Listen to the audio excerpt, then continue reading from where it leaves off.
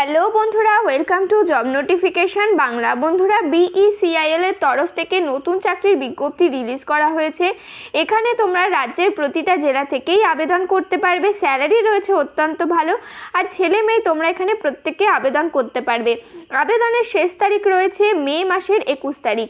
তোমরা এখানে কিভাবে আবেদন করবে, কি সিলেকশন প্রসেস থাকছে, কিভাবে তোমাদের নিয়োগ করা হবে, কি এজ লিমিট রয়েছে, সমস্ত কিছু নিয়ে ডিটেলসে আলোচনা করবো। তো ভিডিওটা শেষ পর্যন্ত দেখতে থাকো। তো তার আগে তোমাদের কাছে একটা রিকোয়েস্ট থাকবে, তোমরা যদি এই ধরনের চাকরির খবরগুলো নিয়মিত পেতে চাও আর আমাদের চ্যানেলে যদি নতুন হয়ে থাকো তো অবশ্যই আমাদের চ্যানেলটা সাবস্ক্রাইব করে পাশে থাকা বেল আইকনটা ক্লিক করে রেখো। এখানে তোমরা নিয়মিত রাজ্য কেন্দ্রের সমস্ত চাকরির আপডেট পেয়ে যাবে। তো এই হচ্ছে অফিসিয়াল নোটিফিকেশনটা রিলিজ করা হয়েছে। দেখো, broadcast engineering consultants India limited অর্থাৎ BECIL এর তরফ থেকে।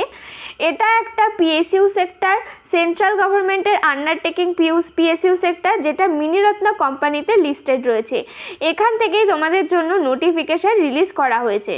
তো নোটিফিকেশান রিলিজ করা হয়েছে মে মাসের 7 তারিখে, আর এটা রয়েছে নোটিফিকেশান নাম্বার বা নোটিফিকেশানের অ্যাডভার্টাইজমেন্ট নাম্বার। তো তোমরা এখানে কিভাবে আবেদন করবে, দেখো, আবেদন তোমরা সম্পূর্ণ অনলাইন মাধ্যমে করতে পারবে। আবেদন করতে হলে BECIL এর অফিসিয়াল ওয়েবসাইটে আসবে। ওয়েবসাইটে আসার পর কেরিয়ার সেকশনে যাবে, তারপরে তোমরা অনলাইন রেজিস্ট্রেশনে করার পরে ফর্মটা ফিল আপ করতে পারবে। আর ফর্ম ফিল আপ করার সময় তোমাদের যা যা ডিটেলস লাগে, এজ লিমিট, কোয়ালিফিকেশান, এক্সপিরিয়েন্স যা যা লাগে সমস্ত কিছু দিয়ে তারপরে কিন্তু তোমাদের সম্পূর্ণ ফর্মটা ফিল আপ করতে হবে। তারপরে এখানে বলা হয়েছে ক্যান্ডিডেটকে নোটিফাই করা হবে ইমেলের মাধ্যমে বা টেলিফোনের মাধ্যমে যে কবে তোমাদের রিটেন টেস্ট হবে, কবে ইন্টারভিউ হবে, সমস্ত কিছু দেওয়া হবে। তোমরা যে ইমেলটা প্রোভাইড করবে বা টেলিফোন নাম্বারটা প্রোভাইড করবে সেখানে তোমাদের কিন্তু জানানো হবে। তো এখানে দেখো বলা হয়েছে যে কোনো টেকনিক্যাল প্রবলেম যদি হয়ে থাকে তো সেক্ষেত্রে তোমরা এদের একটা ইমেল আইডি দেওয়া হয়েছে। এই ইমেল আইডিতে চাইলে তোমরা মেল করতে পারো। এছাড়া তোমাদের এখানে একটা ফোন নাম্বার দেওয়া হয়েছে, চাইলে এখানে তোমরা ফোন করতে পারো। তো এখানে ফর্ম সাবমিট করার লাস্ট ডেট রয়েছে। দেখো, ফর্ম সাবমিট করার লাস্ট ডেট রয়েছে এখানে 21/5/2024 অর্থাৎ মে মাসের 21 তারিখের মধ্যে তোমাদের এখানে ফর্মটা কিন্তু সাবমিট করতে হবে। তো তোমরা এখানে কিভাবে আবেদন করবে আগে দেখালাম। তো তাছাড়া এখানে তোমাদের কি আপলোড করতে হবে সেটা দেখিয়ে দিচ্ছি। তো এখানে আবেদন করার জন্য আরেকটা কথা বলে রাখি, টোটাল দুটো ওয়েবসাইট দেওয়া হয়েছে। যে কোনো একটা ওয়েবসাইটের মাধ্যমে তোমরা কিন্তু আবেদন করতে পারবে, যেটা রয়েছে www.becil.com, আর একটা রয়েছে becil registration.in। যে কোনো একটা থেকে তোমরা ফর্মটা ফিল আপ করতে পারবে। তো সবার প্রথমে বলে রাখি, ফর্ম ফিল আপ করার সময় তোমাদের কি ডকুমেন্টস আপলোড করতে হবে।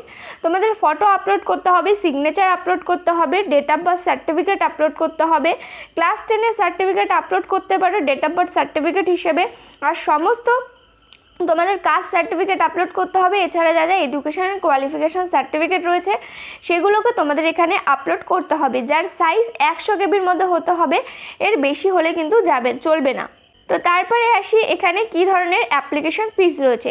তো অ্যাপ্লিকেশন ফিস রয়েছে, দেখো, টোটাল জেনারেল ক্যাটাগরিদের জন্য রয়েছে টোটাল 885 টাকা।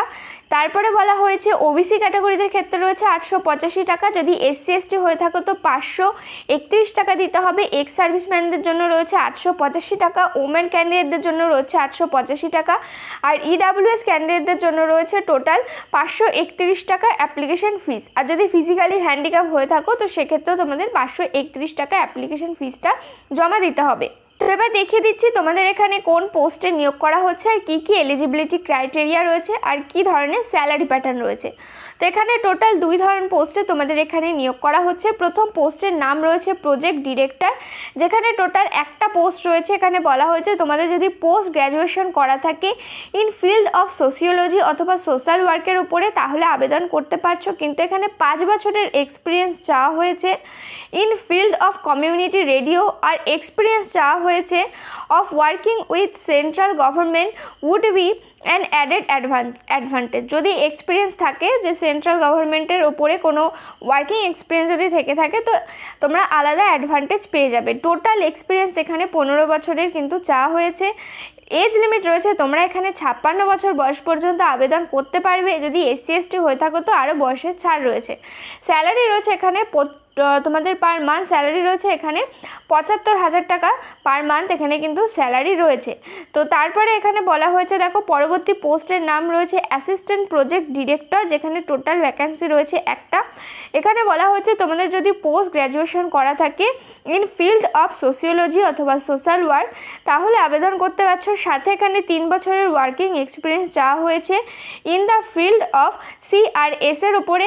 টোটাল এক্সপিরিয়েন্স এখানে বলা হয়েছে তোমাদের 12 বছরের এক্সপিরিয়েন্স চাওয়া হয়েছে।